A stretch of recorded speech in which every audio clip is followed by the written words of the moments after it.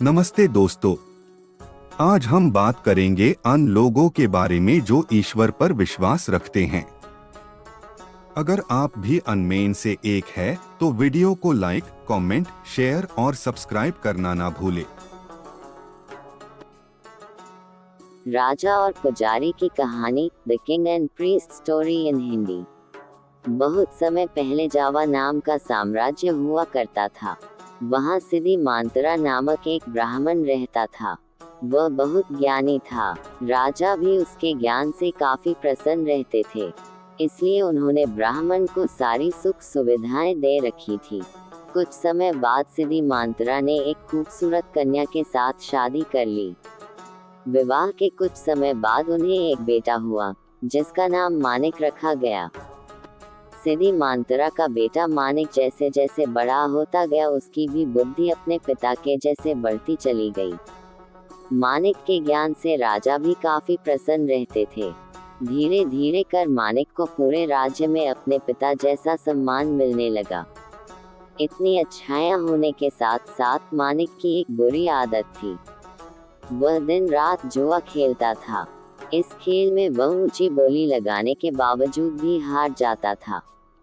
धीरे धीरे करके उसने अपने माता पिता की सारी संपत्ति जुए में बर्बाद कर दी।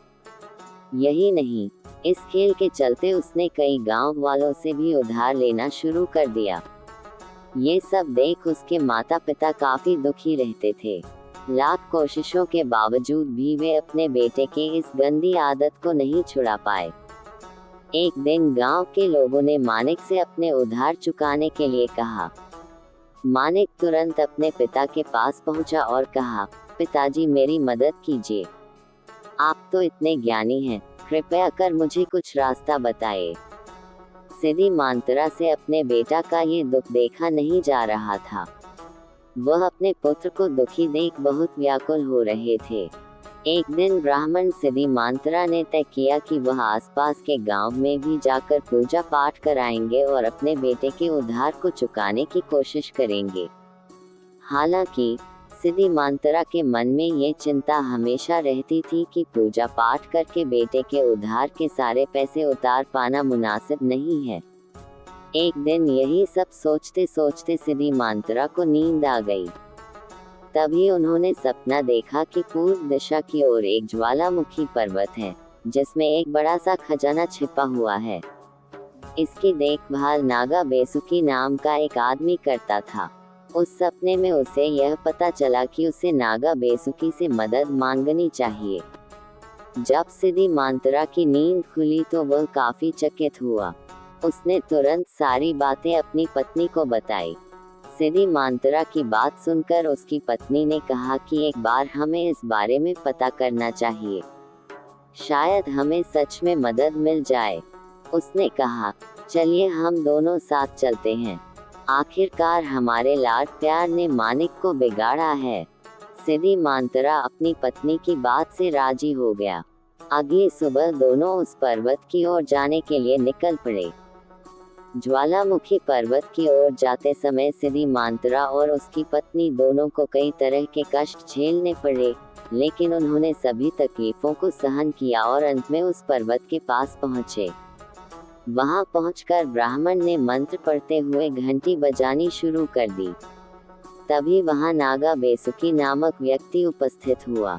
सिद्धि मांत्रा और उसकी पत्नी ने झुककर नागा बेसुकी को प्रणाम किया और अपनी परेशानी बताई। नागा बेसुकी शांत होकर उनकी बातें सुन रहा था। उसे पता था कि ब्राह्मण सिद्धि मांत्रा बहुत ज्ञानी और भगवान के बहुत बड़े भक्त हैं। वह अपने पुत्र के कारण काफी कष्ट में है, इसलिए नागा बेसुकी ने उनकी मदद के लिए अपने शरीर का एक हिस्सा झाड़ा, जिससे ढेर सारा धन, जेवर और सिक्के की बरसात होने लगी। इसके बाद नागा बेसुकी ने सिद्धि मांत्रा से कहा, हे ब्राह्मण, आप अपनी जरूरत के हिसाब से धन ले जाएं। इतना कहते ही नागा बेसुकी वहां से गायब हो गए। इसके बाद सिद्धि मांत्रा और उसकी पत्नी ने अपनी जरूरत के हिसाब से धन बटोरा और नागा बेसुकी को धन्यवाद कहकर वहां से चले गए। इधर अपने घर पर माता पिता को न पाकर मानिक बहुत चिंतित हो रहा था। दरअसल आधी रात को कभी भी उसके माता पिता घर से बाहर नहीं जाते थे। उसे डर था कि उसके माता पिता उसके कारण किसी मुसीबत में न फंस गए हो, क्योंकि उन्होंने उसे वचन दिया था कि जब तक वे उसके उधार चुकाने के लिए कोई व्यवस्था न कर ले वह घर नहीं लौटेंगे। तभी अचानक दरवाजे पर खटखट की आवाज सुनाई दी। मानिक दौड़कर दरवाजा खोलने पहुंचा। उसने देखा कि उसके माता पिता लौट आए थे। ये देख वह बहुत खुश हुआ। उसने तुरंत उनसे पूछा कि वे कहाँ गए थे, लेकिन उन्होंने मानिक के प्रश्न को टाल दिया और उससे दूसरी बात करने लगे। अगली सुबह उन्होंने मानिक को ढेर सारा धन दिया और कर्ज चुकाने के लिए कहा। अपने माता पिता के पास इतना सारा धन देखकर मानिक को काफी आश्चर्य हुआ। उसने उनसे पूछा कि इतना सारा धन कहाँ से आया, लेकिन उन्होंने उसे कुछ नहीं बताया।